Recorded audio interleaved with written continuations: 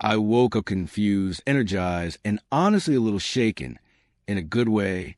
After almost 20 years of marriage, something happened between my wife and me that felt completely new, not reckless, not impulsive, but intentional. And it made me realize how easily couples can drift apart without even noticing. I'm Mark, 41, and my wife Jenna is 44. We've been together nearly 2 decades. Built a life, built routines, built comfort. Like many long-term couples, intimacy didn't disappear, but became predictable, scheduled, safe. I was usually the one initiating, and while our relationship was stable, something deeper felt missing. Not just physical closeness, but emotional presence. The kind where you sit together on the couch without phones, where touch isn't rushed, where you feel chosen. About a year ago, we both made a decision that wasn't easy or cheap. We started hormone replacement therapy after months of conversations, doctor visits, and financial planning. It wasn't just about health. It was an investment in our future together. For months, nothing dramatic happened. My energy increased. My motivation came back. But Jenna didn't seem all that different. I quietly wondered if this was just as good as it gets in your 40s.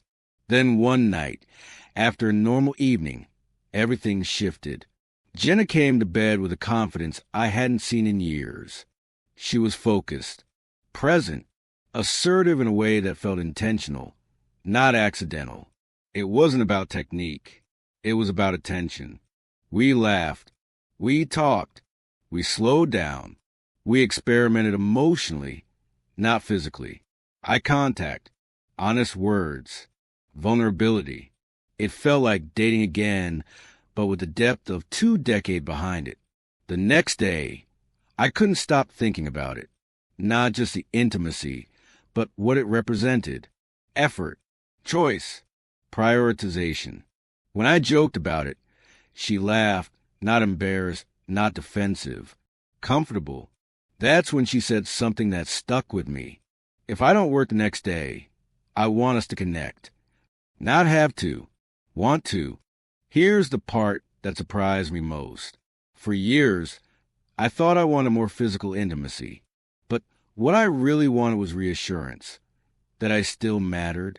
I wanted to feel like I was worth the time, the energy, the planning, the same way we plan finances, the same way we justify spending money on health, vacations, or home repairs. That night forced me to confront something uncomfortable. I had been measuring love by frequency instead of presence. Jenna later admitted that the therapy helped. But what really changed was her mindset. She stopped seeing intimacy as another responsibility and started seeing it as an investment. And yes, therapy costs money. Doctors cost money. Time costs money. But neglect costs more. Something else happened that week. She initiated again. Then again. 3 days in a row. Something that hadn't happened in almost 20 years. But the real win wasn't the streak. It was the communication. We talked about boundaries, about rest, about choosing each other intentionally instead of assuming the other would always be there. Marriage doesn't fall apart loudly. It fades quietly through missed moments, unspoken needs, and postponed effort. That night didn't fix everything, but it reminded us why we chose each other in the first place. Sometimes, turning a corner isn't about passion. It's about priority. If you're in a long-term relationship and wondering where the spark went, maybe the question isn't what's missing, but what stopped being invested in. Some days, I don't wish for a divorce. I wish my husband would fall in love with someone else, so I wouldn't have to be the one who breaks everything apart. I'm 33. My husband is 38. We've been together 14 years, married for 8. We have a 4-year-old son, a couple of pets, and a life that looks stable from the outside. But inside, I'm exhausted. Not the kind of tired that sleep fixes. The kind that settles into your bones when you've been carrying everything, emotionally, mentally, physically, for too long. We don't have assets to fight over. No house, no savings. We rent. We live paycheck to paycheck. I have my car, my job, and my son. And honestly, my son is everything. That's why I feel trapped. I've started wishing my husband would meet someone else. Someone new. Someone he could be happy with. Not because I hate him, but because if he left, if he found someone, I believe I could survive it. We could co-parent. I wouldn't fight for money or things. I wouldn't drag it out. I just wouldn't want to lose my child. But if I leave, it would be war. I'm afraid he'd fight me for custody, fight me for control, paint me as a villain, the woman who gave up, the selfish wife who stopped trying. And that fear keeps me frozen. I've been burning out quietly for years, loving a man who doesn't really see me, providing emotionally for someone who doesn't acknowledge how heavy things have been for me. Whenever I try to talk about what I'm carrying, he walks away, literally. So I stop talking. I've learned to read his moods, adjust myself, stay calm, stay small. He's not cruel. He's not physically abusive. He's just emotionally absent and sometimes angry in ways that make the air feel unsafe. He's a good dad, and I'm grateful for that. But that gratitude sits right next to resentment, because being a decent father doesn't cancel out being a neglectful partner. There's a moment I can't forget. During COVID, while I was pregnant and working 2 jobs, my husband let his friend move in with us. For a year, no rent, no help with bills, no real boundaries. That friend damaged our rented home, especially the basement, causing thousands of dollars in repairs. Money we didn't have, stress we couldn't afford. Our landlord was furious. I was exhausted, pregnant, and terrified. That should have been the moment I left. But I didn't. I was 8 months pregnant, vulnerable, and scared of being alone. And I stayed. Since then, I've been expected to absorb his world, his hobbies, his interests, his priorities. Mine don't matter to him. He doesn't understand them. Sometimes he openly dislikes them. So I slowly disappeared. Then recently, he started talking about having another child, and something in me broke. Not because I don't want another child, but because I can't do this again, not like this, not with him. I already feel guilty that my son is growing up in a home where his mother feels hollow. He deserves better, a present mother, a happy one. And every day, I feel like I'm failing him. Here's the truth I've been afraid to say out loud. I still love my husband, but my soul is tired. Love without safety becomes survival. Love without effort becomes obligation. He wants her to love him the way I used to, before the neglect, before the disappointment, before I begged for change that never came.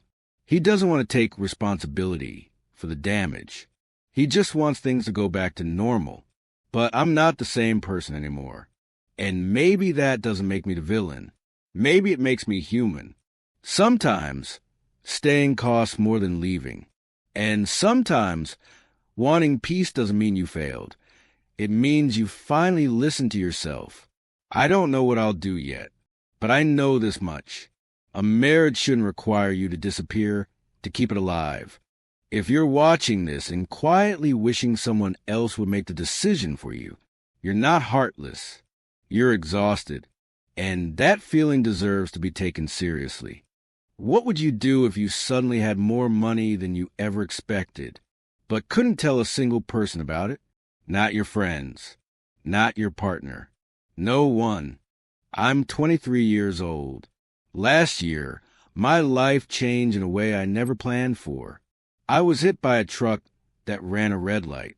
The recovery was long, painful, and overwhelming, but eventually it led to a legal settlement. After medical bills, legal fees, and buying myself a reliable car outright, I had a little over $600,000 left. I didn't panic. I didn't go on a spending spree.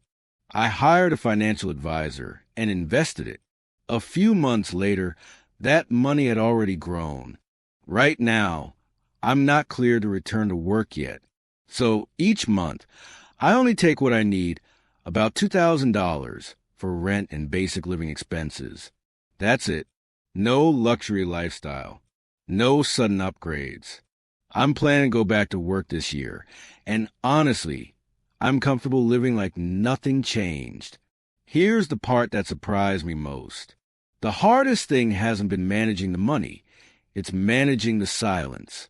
No one in my life knows about it. Not my boyfriend.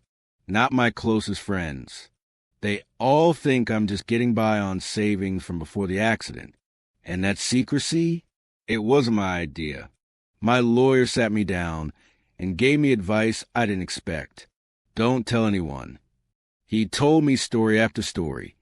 Clients who trusted the wrong people, relationships that changed overnight, money that slowly disappeared through guilt, pressure, and emotional manipulation.